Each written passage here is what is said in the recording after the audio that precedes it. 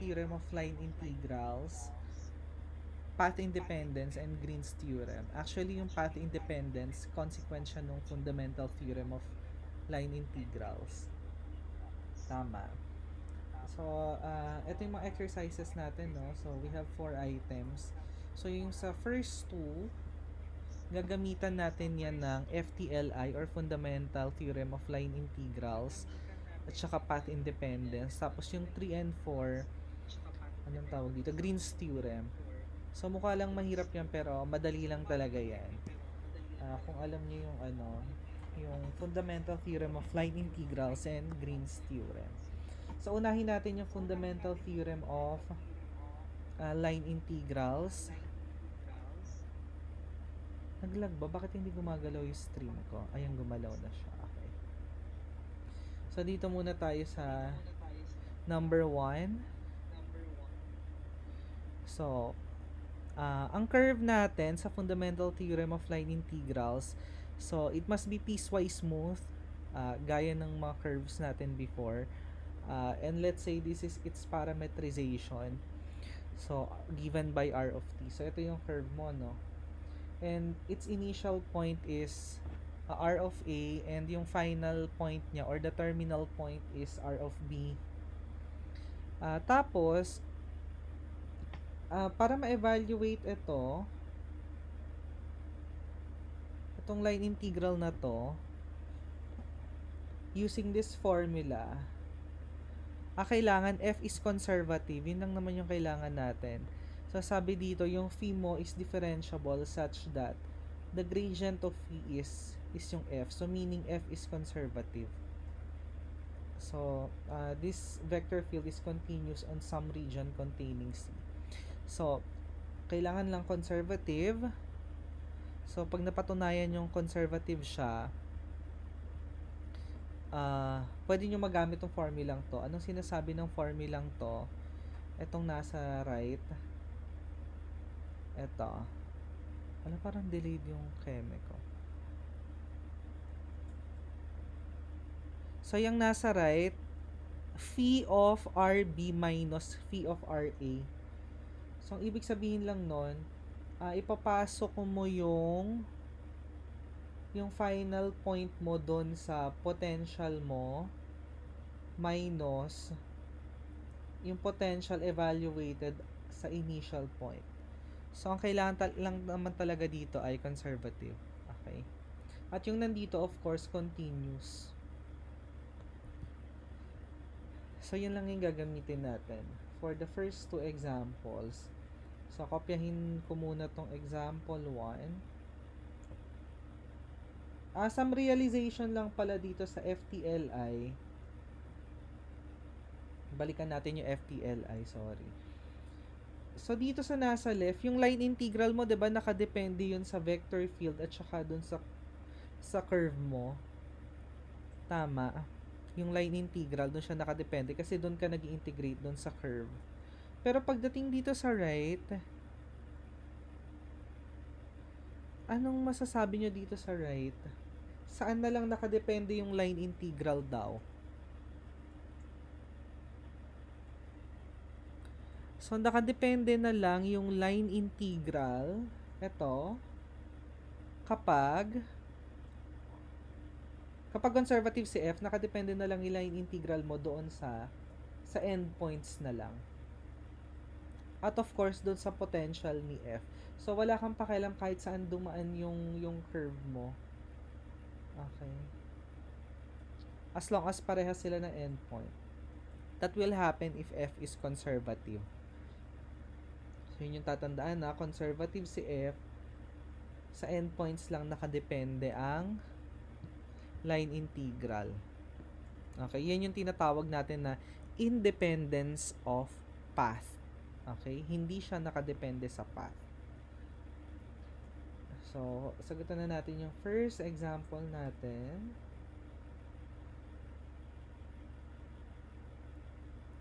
Okay, number 1, show that, mabagal mag-show sa screen ko. Ayan.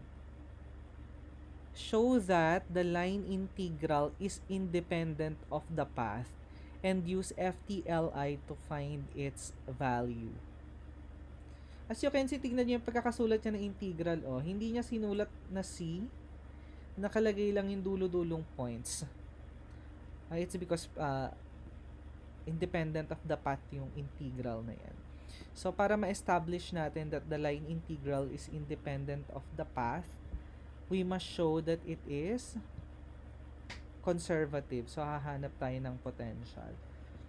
And, by the way, nakalagay pala dito, find the value of this where x, y are positive. Sinabi niya lang na x, y are positive para maging continuous itong components ng f mo. Okay? Okay, ngayon, so ang gusto natin, mapakita na independent of the path yung line integral. Ano ang dapat nating ipakita if gusto natin ng independence of path?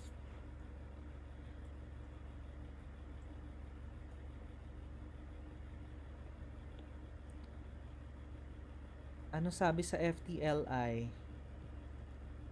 Kailangan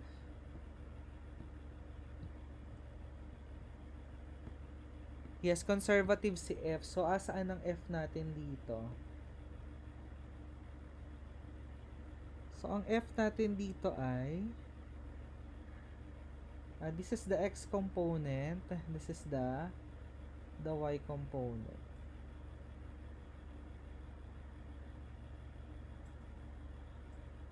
Comma, e raised to y over y minus e raised to y ln of x. Okay, so we will show that this is conservative. So, paano tayo nagpapakita dati ng conservative? Kunyari, may potential, i-assume na natin na meron. And then, if along the way, magkaroon ka ng contradiction, hindi siya conservative. Pero pag may nahanap kang potential, conservative siya. Okay, so let phi such that the gradient of phi is the scalar field. So, meaning, yung phi sub x natin is e raised to x ln of y minus e raised to y over x. So, that is the x component of your f. And then we just integrate this with respect to x. Ano integral ng nito? Ng 1 over x? ln of the absolute value of x, right? But, sabi natin dito, x, y are positive. So, x is positive. So, you don't need the absolute value anymore. Plus, some constant which depends on y. Kasi nag-partial tayo with respect to x. So, pabalik natin siyang ginagawa.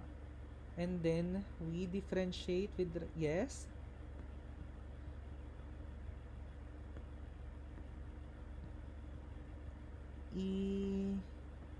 Yes, y, sorry. Yes. Sorry, mali ako. Thank you. So, y, ito ba yun? Tama. Itong binibilugan ko. Okay, tama. So, namali lang ang kopya. Okay, thank you. So, and then, differentiate with respect to y naman, no? Para magamit natin ito.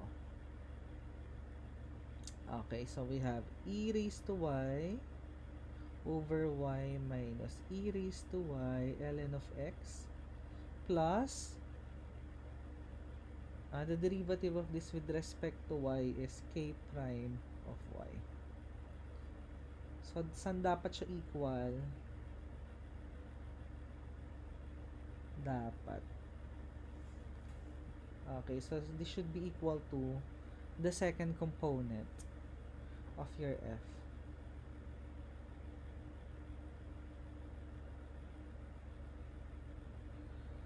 So, anong lalabas? What do we get from k prime of y?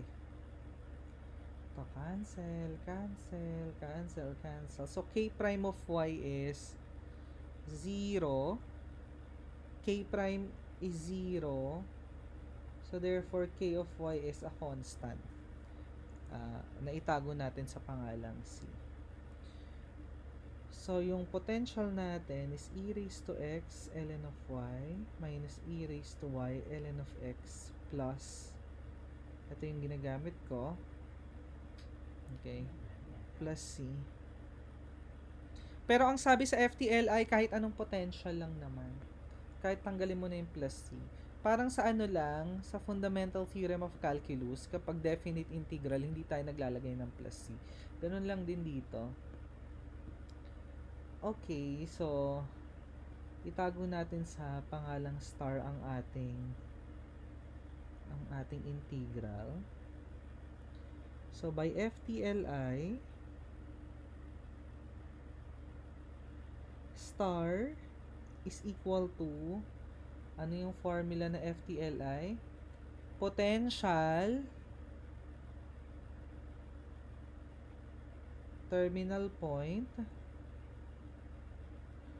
minus potential initial point.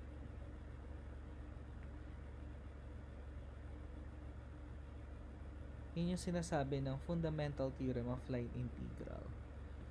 Okay, kuha ka ng, kapag conservative, kuha ka ng potential. So, yung line integral equal siya sa potential sa terminal minus potential sa initial. And what is this? E cube ln of 3 minus e cube ln of 3 minus e raised to 1 ln of 1 minus e raised to 1 ln of 1. So, ang final answer for this integral ay, oh my god, it's 0. That line integral is equal to 0.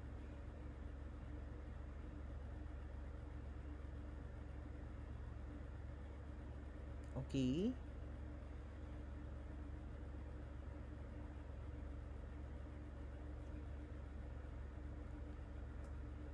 So, dito pinwer sa kanya na gamitin yung FTLI, no? Punta na tayo sa next example natin. Mabilis lang siya, 'di ba? Mukha lang siyang mahirap, no? Nakakasindak yung question kasi pag nakita nyo, ala, ang scary, puro e raised to something, puro ln, may mga fraction kang nakikita. But it turns out nag-ano lang siya. Nagjo-joke. Nananakot lang siya. Okay.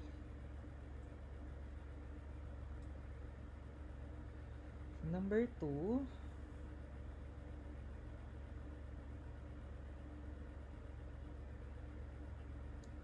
Okay, so we have this f.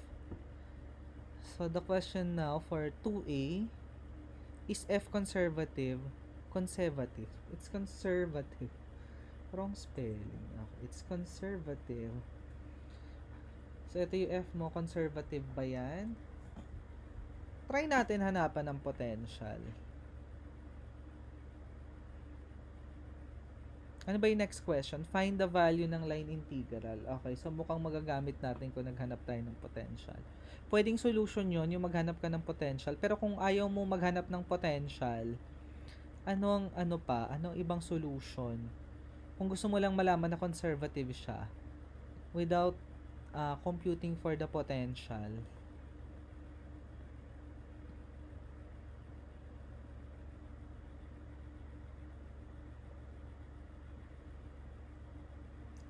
So, for letter A, pwedeng, di ba meron tayong test for conservativeness.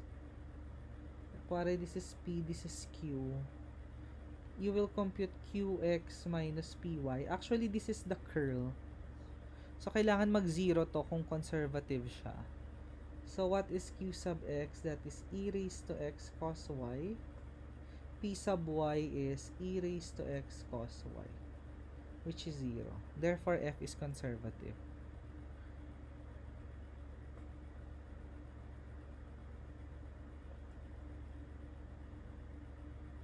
Okay, so dalawang solutions yung ipapakita ko for this problem. Okay, for letter B, find the value of this line integral where C is this curve. Okay? So, kunyari, evaluate mo lang siya as usual. How do you evaluate this? Diba from, ano yun? Papasok mo yung R mo dun sa F. Tama. Tapos you dot it with R prime of t dt. 0 to 1. Yan yung inaral natin from last time. So, kunyari lang ginagawa natin to, no? So, ito, pa-plug in mo sa F mo. Anong mangyayari? So, e raised to t sine of sine inverse t, comma, e raised to t cosine sine inverse of t, dot, r prime of t. R prime of t is 1 tapos 1 over square root ng 1 minus t square. Tama ba? Yan ang derivative. What can you say about this integral?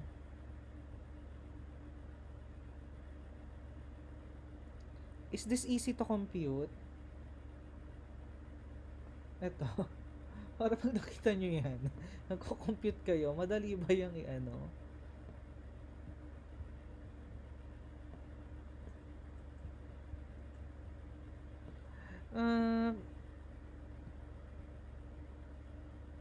Parang special integral.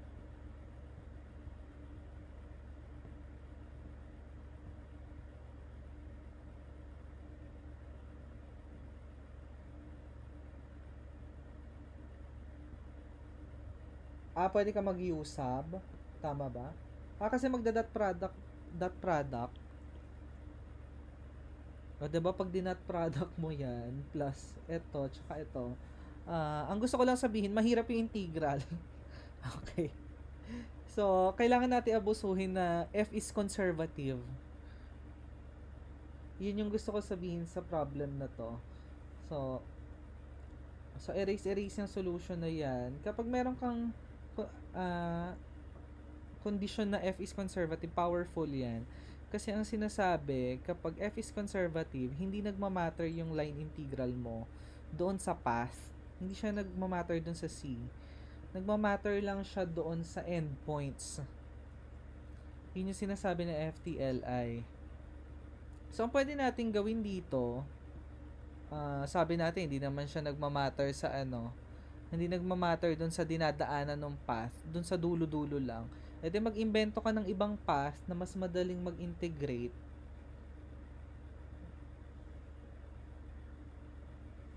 Okay, so gagawa tayo ng bago. So, anong mga endpoints nito? When t is 0, you get 0, 0.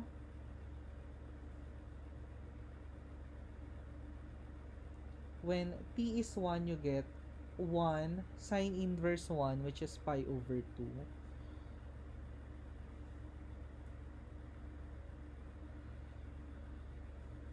Okay, yun yung dulo-dulo. From here to here.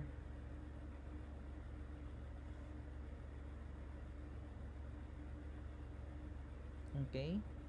Ito mahirap tong makita yung curve na yan eh. So, ang gagawin ko, mag-iimbento ako ng curve. So, ito yung gagamitin ko. Ganyan muna. Pa-right. Tapos, angat siyang pag ganyan. Yan yung curve ko. So, i-color coded natin. So, yung green tapos yung violet.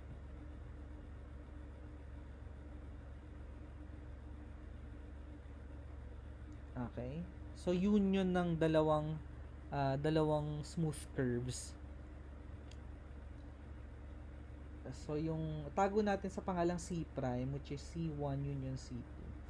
So, yung hinahanap natin na C, F dot dr is equal to C prime F dot dr.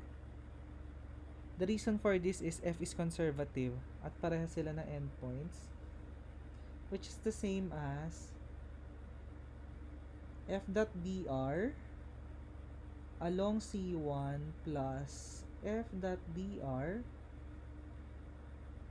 along C2. Okay, so i-compute na lang natin yung tag-isa dito. At yung curve mo, simple lang sila. Okay, so isa-isahin natin.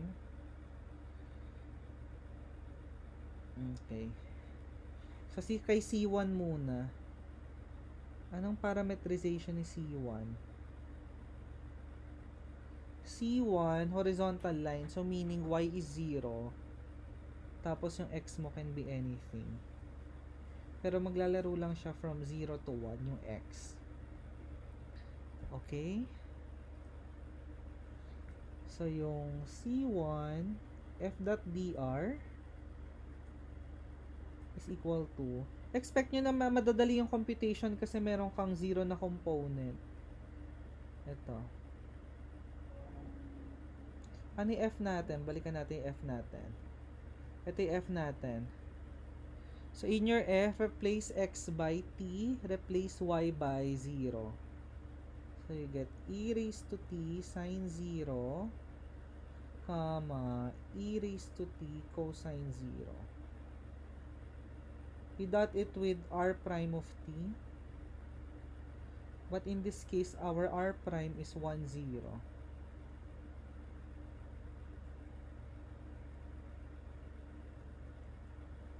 dt. Tapos, saan ka mag-integrate from where to where? From 0 to 1. Integrate natin. That product muna. Sine 0 is 0. 0 times 1, 0. Ito, something times 0 is 0. So, sinwerte tayo. Ang sagot dyan, 0. Okay? So, along this, it is 0. Yung along C2 naman tayo.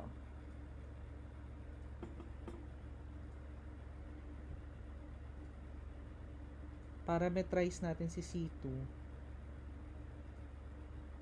Anong line ito? Vertical line. Ang mga x-coordinate dyan ay 1. Tapos yung y mo can be anything. Pero maglalaro lang siya from anong y value? 0 to pi over 2.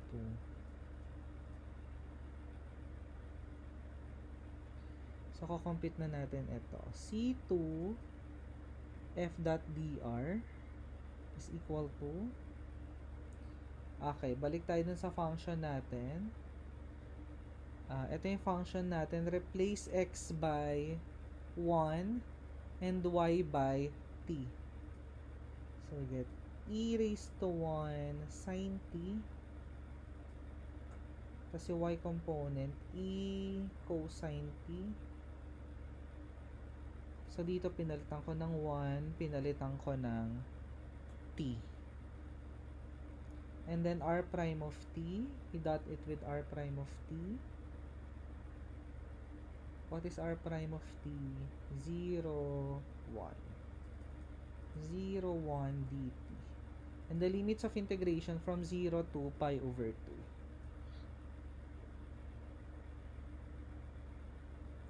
And ano ba ito? 0 to pi over 2. Dot product 0 plus e cos t. Integral ng cosine is sine.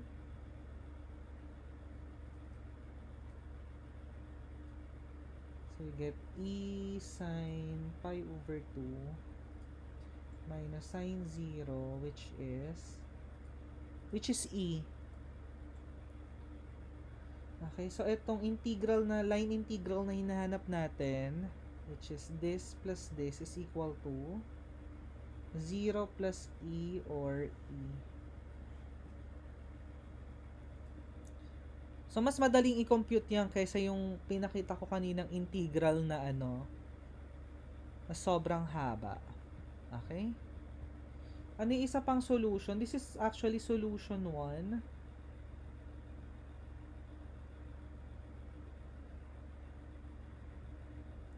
Ano yung solution 2? Ang solution 2, yung kapareha nung ginawa natin sa number 1.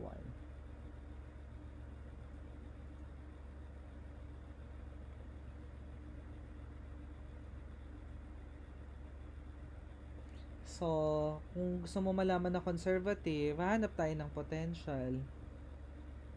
So, let the gradient of phi equal to f. So, yung phi sub x natin is the x component of f. So, e raised to x sine y integrate e raised to x sine with respect to x. May constant ka na dependent on y. Differentiate with respect to y.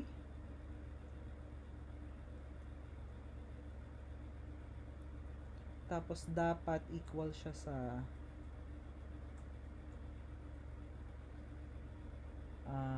dito sa y component ng f.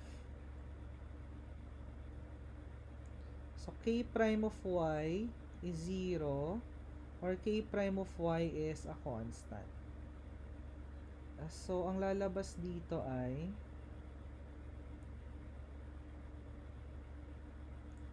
ang phi mo ay e raised to x sine y plus c.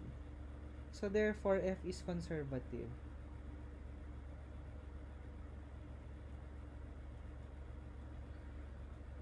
Okay, tapos yung sa b, to find the value of f dot dr. So by FTLI, this is phi of r of 0 r of 1 kasi yun yung endpoint. R of 1 minus phi of r of 0, which is ano yung r of 1? Lagay natin si 1 pi over 2 minus phi of ang r of 0 natin 0 sine inverse 0 is 0, 0. Kailangan nang lalabas dito e, yung nakuha nating sagot kanina. Okay, plug in natin dito. E raised to 1 sine pi over 2. Pwede nating i-omit na yung plus c.